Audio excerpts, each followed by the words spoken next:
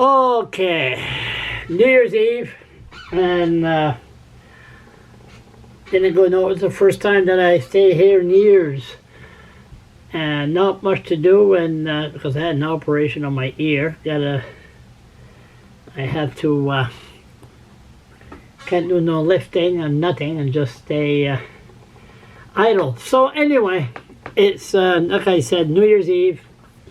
I'm on my sixth beer.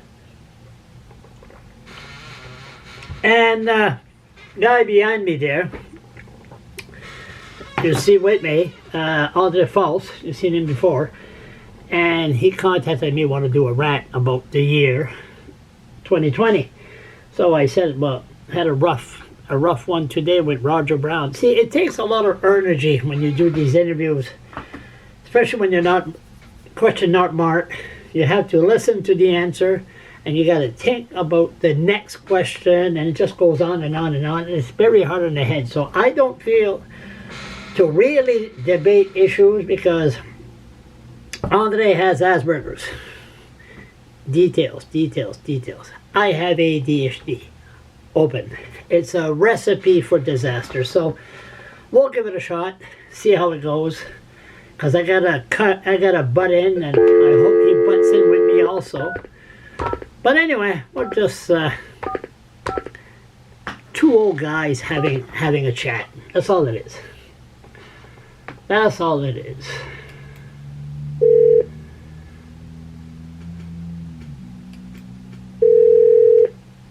Yes, good evening.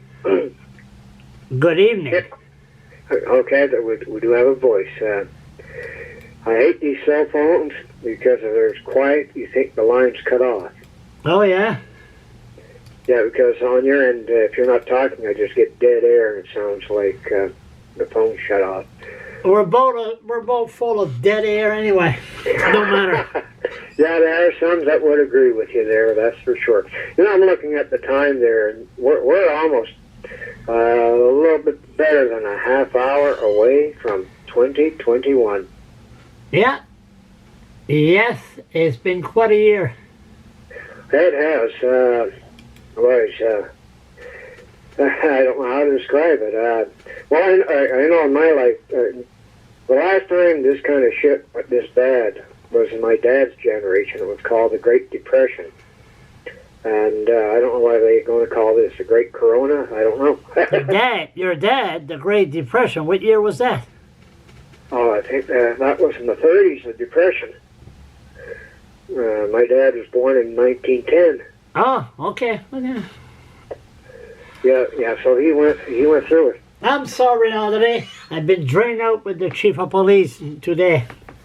Yeah, I seen the interview. That was, did you watch that? The interview, maybe more of a talk than the interview.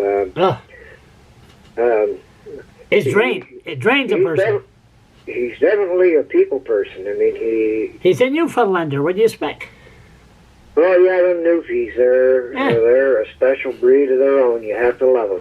Yeah, I know. He's talkative. He's worse than me. That's bad. And the thing is, what I know in your video is that he thinks before he answers. He thinks before he answers. Oh yeah, he doesn't have ADHD then. But he does it so seamlessly, you know. Like looks so, you know. It's just so it's so natural for him, you know. You know, when I was looking at that, I said, "Geez," I said, he'd be an ideal candidate for a premier for whatever party. I mean, be better than Kevin Vickers. That's for damn sure. Well, Vickers speaks for himself. I guess I'll leave it at that. Yeah, leave it at that. He's not even worth mentioning.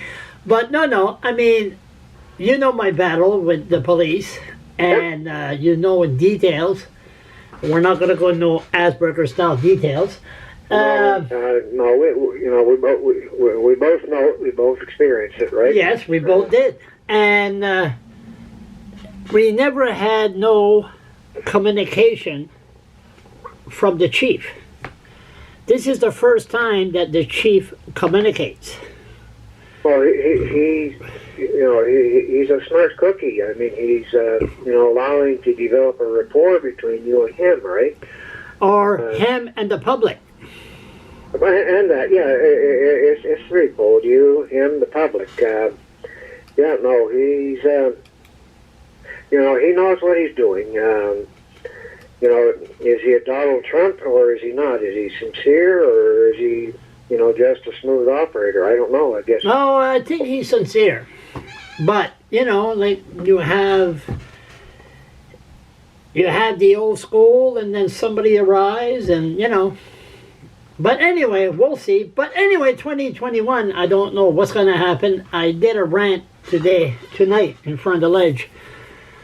And I believe, I hope I'm wrong, that the attitude of people, especially the one that protested in front of the Premier's house,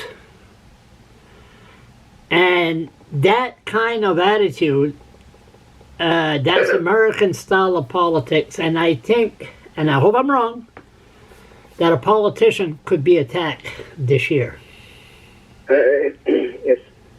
It's very possible. I mean, we're usually about 5 years behind what We're happens 20 in the years. United States, and we're about 10 years behind what happens in Montreal. You know, and what I'm seeing, I guess because I'm an old fart, but what I'm seeing is, and I don't know if you'll agree with that or not, I'm seeing this. The odds are I won't. Well, go ahead. Try it. It's called either you're with me or you're against me. Yeah. If you're with me, you get all the rewards. If you're against me, you're going to hell. Yeah. That's how I'm seeing it. You are 100% right. Because we've seen it with the abortion people, and then it's just, there's no compromise. There's none. You know what the big problem is that, you know, we'll take the pro-life and abortion thing. You know, those people, they talk among themselves, right? Both sides do that. You know, the pro-lifers talk among themselves, and of course they agree with what their philosophy is, right? Yeah. The other camp talks among themselves because they agree with themselves. What's lacking is that they're not communicating with each other. No, they're not. And we seen it that time they had the tent in front of the ledge, and I showed up there. I just happened to show up there, and they look at me, and then, oh my God, we're gonna, Charles, we don't want you to stick around. Do you think I wanted to stick around? You know, like there's no communication. They're I don't know. But if you that kind of attitude with any group, and like I said, to protest in front of the Premier's home, we got a problem here. You know, I mean, like personally, I don't mind his, of course, his politics. I can criticize the hell out of it, right? But no, those people need peace and quiet too, and they also deserve a right to privacy. And when you set up camp in the front yard, you're violating that. I mean, there's a place to do those things at. There's a time to do those things that are right. And you know, if they were smart about it, they would play it that way. And if they're, you know, trying to gain public support, that's how to do it. But to do things like go sit on, you know, Higgs front lawn, you know, I'm just saying, you know, that for an example. You know, that's, you know, put it in 2020 lingo, that's just not cool. No, it's not. And in my video for my 5 viewers, I said, I'm against this, but I was thinking myself, if you want to protest in front of a bureaucrat from social development, that's different. I would agree with that. Because you have a person standing up and wants to cut seniors' money and degrade seniors and say, no, they, like during this corona crisis, people on welfare that's 60 years old and older, they never got nothing. Absolutely nothing. And for seniors, you don't even have to be on welfare net. You can be, senior working poor. Yeah. And there's, nothing that. But when you have bureaucrats making decisions to really harm them, that's a different story. If you're a senior and the previous tax year you've been working minimum wage, right? You cannot get the supplement. Because I think the cutoff is if you make anything over $21,000 the previous year, you can't qualify for the supplement. Well, this corona's thrown a big friggin' wheel wrench in that. There's a lot of seniors, that's been working, and they were caught in that trap that they have to keep working because if they stop, they're just going to get whatever the old age pension is. They're not going to get the supplement. So now, and this is going to be, a problem that's going to start, as we get towards the end of this pandemic. It's really going to start hitting home. We're going to have a group of seniors that are just going to be pushed aside. Doesn't matter if you give them the friggin' antivirus or not. They're not going to have enough on their supplement because they won't qualify for it. So what's going to happen to them? And then we take a look what's happening in here in Fredericton, right? We're having people out of provinces buying property left and right. I mean, the pricing of housing is going, pardon the expression, is going above the roof. Okay, you're going details, but well, just let me finish there. Let you finish. What do you think we have here? With housing, then you look at apartments, right? I mean, to hold it here. Who's controlling this rant here? Did I call you? Well, we're both. Let me finish. Did you just tell me let me finish? You're just. I feel like talk of the town. Just all I gotta do is press a button, just go like this, and then there. Voila. Let me finish. My God. See, this is how you handle it. Oh, there. Are you still there? Oh my God! I thought I hung up. This Moji Quebecois is still here. Oh my God! We kick you out, then you come back. No, but seriously, okay, yes, seniors, and then what you're saying, rent control. They're buying buildings, they're putting up the rent, and we're heading. And the media said last week there's a lot of people in the shelters. A lot of people in their 60s that's in the shelters now. And it's going to get worse. It is, yeah. Like at the beginning of the pandemic, when Trudeau did all these, looked to be really nice things, the CERB and the adjustments to the unemployment after the CERB ended, he had no choice to do that because so many people would have lost their income. And as a result of their income, I mean, our economy works on consumerism, right? So if you have people who have no money, they can't spend. That means if they're not buying at this store and there's enough that's not buying at that store, they've got to close their door, which means more layoffs. So Trudeau had no choice to do what... Yeah. We know that. We know that. I mean, you're not saying a big news scoop here. You'd be surprised how many people who don't understand. No, they don't, because they're too busy talking about Donald Trump.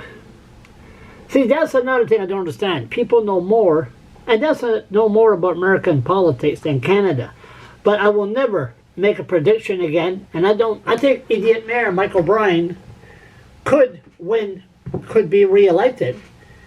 I mean, I couldn't believe that 75 million people would vote for Donald Trump. I was 100% wrong. I predicted Biden was going to win, but I thought we'll find out the result in about half an hour. I was 100% wrong. That one there, I just kind of sat on the fence. I didn't even try to make a prediction. What I'd rather say is that I don't agree with Trump's politics, but as a chess player, he's really good at it. He's a liar. I don't know if he's a lawyer. I think He's a liar. Liar. a liar. Simon too. Yeah, they're about one of the same, right? Well, I mean, he's a liar. He's a pure liar. No facts, no nothing. Just comes out and say, I hear this, and then I hear this, and I hear that. And just, no. But if you ever notice, he always speaks in the affirmative, right? We're the first who got the antibiotics. It don't matter what he did. There's 75 million people voted for him. Well, I'm just saying how he's doing it, right? He always speaks in the affirmative. Yeah, right? that's the American. But, I guess some of my experience with, like, true blue con man, there's one case I know of. The guy didn't have a trucker's license, and he ended up driving for a trucking firm without a trucker's license. And then, of course, during that period, he did get his trucking license. Where's that? The point of it was that, when he first got the job, he didn't have a trucker's license. Where is this? This someone's very close to me. That's why. Oh no! Is it in? I mean, we're talking about Donald Trump. Is it in Canada or the States? No, this was here, like here in my neighborhood. Oh, okay. This is in Canada. Okay. Yeah, but on how I there was another con person that I met some years ago. He was doing 5 years in Dorchester.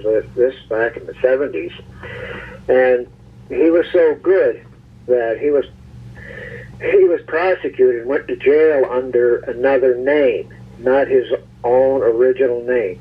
This guy was kind of an interesting fellow. He did have a business. What the hell are we talking about? Well, about Trump being an excellent con man. Oh, that's how. Okay. Now, I'm sorry, Mike.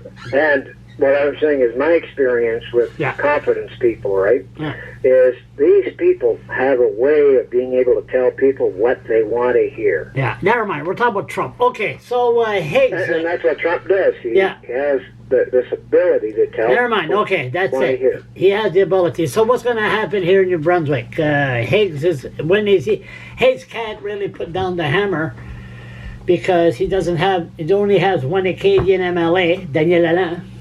So really, he can't do anything. That's what I predict. He can't do anything. No hard decisions. He's going to have to go against what he had said, not on this election, but on his first run, when he said that he would have free votes. Well, this time around he can't have free votes, because if he has free votes, he'll lose his power, right? So now his people have to follow the party line.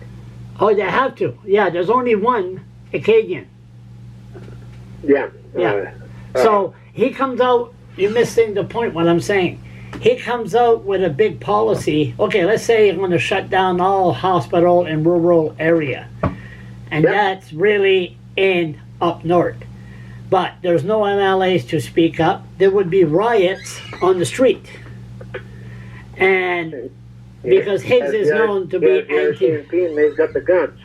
The what? I said he has RCMP and they have the guns.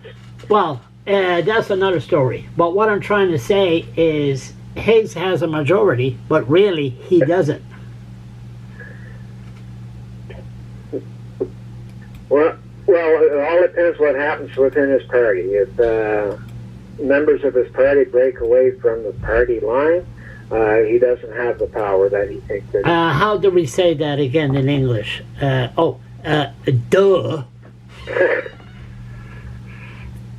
Well, you know what I mean, right? I know what you mean, but what I'm saying is he can't really come out with strong policies or decisions and say we need to fight the deficit, and he has nobody to tell the Acadians what he's doing. Only Daniel Alain. Yeah. That's all he got. I mean, this province is divided, French and English. But right now, until the next election, unless there's a few that resigns or they pass on and there's by-elections, you know, I mean, right now he holds the seat of power. I mean, if his caucus follows the party line, You're missing the point. He can't make any drastic policies, making policies. He can't. That's right. You're a Moody Québécois. You wouldn't know what an Acadian is. yeah, I don't know that. I think, Remember when they burned those boats at the shipyard in Chupagan? Or was it Tragedy? Well, a while back, yeah, I do remember it. Yeah, and you don't fool around with those Acadians from up north.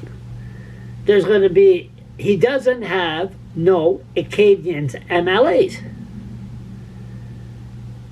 He only has one. And I agree from that there is no one to speak in the interest of the Acadians. Nobody, just Daniel Alain. There's only one. But he's from Dieppe. But will he speak, you know, on behalf of the Acadian interests, or will he follow party lines? He will follow the law, whatever the law is. He won't follow party line, he'll follow the law. If Higgs goes against the Language Act, he will resign. I interviewed him in French a few months ago. So anyway, okay, you don't understand what I'm talking about. Well, no, I'm kind of getting the drift there. You had a personal talk with him, and no, I didn't have personal talk. I had an interview with him. I had an interview with him. Yeah. What you walked away from the talk or interview is that if Higgs does certain things that's not up to his satisfaction, he's just going to. If he doesn't follow the law, he's going to say, "Screw you." Yeah. You know, I'm going home. He was a member of the Société des Acadiens du Nouveau-Brunswick, so you could just imagine. That would actually, if it ever came to that would actually be a very powerful move on his part. Huh? It would be. I said, if they came to push and shove, and Higgs, did something that was very anti-Acadian. He at that point in time would just say, "I'm done. I'm finished. I'm out of here." That, which means that would give him a lot of influence in the Acadian group. So is that idiot mayor Michael Bryan? Is he gonna be reelected? Well, that one there right now, it's hard to call. It's hard to call. Now, I know there's at least two other people that are going to be, contesting his position, and the danger is that split the vote, and he gets it. The more people that contest his position, the greater, the probabilities are that the votes are going to get split, and it's possible because of voting splitting, he could win another. No, that's impossible. What kind of an idiot? Just like Donald Trump, but what kind of an idiot's going to vote for this guy? But all he needs is 25%, right? He won't even get 25 votes. You can't underestimate. Who's going to campaign? Who's going to be the campaign workers for this guy? He probably has a great slew of them. I can't wait. I can't wait to find out who they are. It was something that you brought up a while back, and and it has to do with funding at the municipal level. From what you found out, is that they don't have to reveal where they get their funding from. That's right. Yeah, you're right. Nope. You could give $100,000 to a developer could give him $100,000. Why do you think he was so gung-ho about the Playhouse? Somebody from the Playhouse gave this guy a lot of money, and that's all he was talking about. Playhouse. He even wanted a Playhouse in the flood zone. Yeah, and it goes back to the more money you have sunk into your campaign, the greater chances that you have, to win. I mean, I remember one time I had asked him. I had seen one of his. This is when he ran last time. I had seen his, his campaign video, And I said, you had a green screen behind you, and everything was scripted. And he said, no. Well, geez, I work with green screens. Yeah. I know what to look for. Yeah. And I had seen around his head a small. Yeah, but then you wanted to interview him, and then he wanted all the questions in advance. Oh yeah, well that one there. Up until that point, I was quite open-minded for him. And when I went, my intention wasn't to ask him any, shit questions, They weren't going to be negative questions. They were going to be questions as, what are your plans, for the future of Fredericton? But then he wanted the question in advance, and then when you start talking to him, just off the chat, he wanted the camera right. He wanted the camera right on his desk. Yeah, and shut off. Yeah. He's an idiot. And I said, holy shit, what's going on here? Yeah. I mean, I'm not, interviewing you, to talk about bad things. I'm just, you're a new mayor, and what's your vision?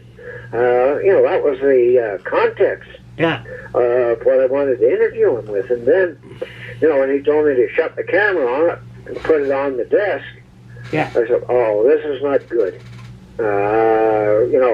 Anyone that, asks someone to shut their camera off. Don't trust him. Stephen Harper had done the same thing, right? I mean, he wouldn't allow journalists, that's another Stephen Harper. But this guy here, this guy here is a bad human being. He's a bad person. I won't go as far as saying that he's a bad. I'm telling you, he's a bad human being. He's an elitist. He thinks he's above everybody else, and he's nothing. Absolutely nothing. And guess what? This is not only me talking here. I told him face to face, so I got videos to even prove it. No, he's nothing. Anyway, so this is the way to finish. But the way the political game is played, right? If there are too many people contesting that position, it's going to split the vote. His chance of winning. Can't see it. Okay, listen. I hate to say this. Somebody got a call more important for New Year's Eve, but what a way to finish 2020. What a way to finish 2020. Talk about idiot mayor, Michael Bryan. Well, before we finish off on 2020, let's see what we can expect out of 2021. You got 1 minute. I got 1 minute. 1 minute. Starting now. Okay, I'm trying to find something optimistic for 2021. I can't find it unless the Bank of Canada starts printing more money, because there's a lot of people that are going to be hurting dollars and cents to pay their bills, their mortgages, and they're not going to be able to do it. So from that perspective, I'm not optimistic about 2021.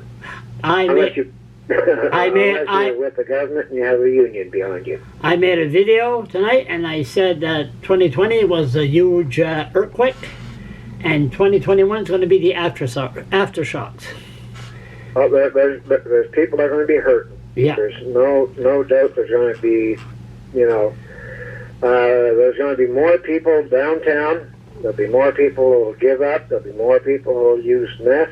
This morning I went downtown. There was more shopping cart than there was cars. Yeah. That's another issue. Listen. I'll call you back. I got to make a phone call. Listen, you have a happy New Year. You too, dear Charles. And we'll be talking again. And I'm still smoking, but I'll see you in 2022. You'll be dead in 2021. Later. Anyway, have a good one. Pleasure talking to you. Good night. Ya. Bye-bye. Bye. Not bad. Two guys just yakking away. And it's going to be it's 30 minutes. Oh my God, this is too long. So, Happy New Year. It's 3 minutes to 12. And we'll see what's going to happen in 2021. And I hope Andre quit smoking so he could make it till 2022.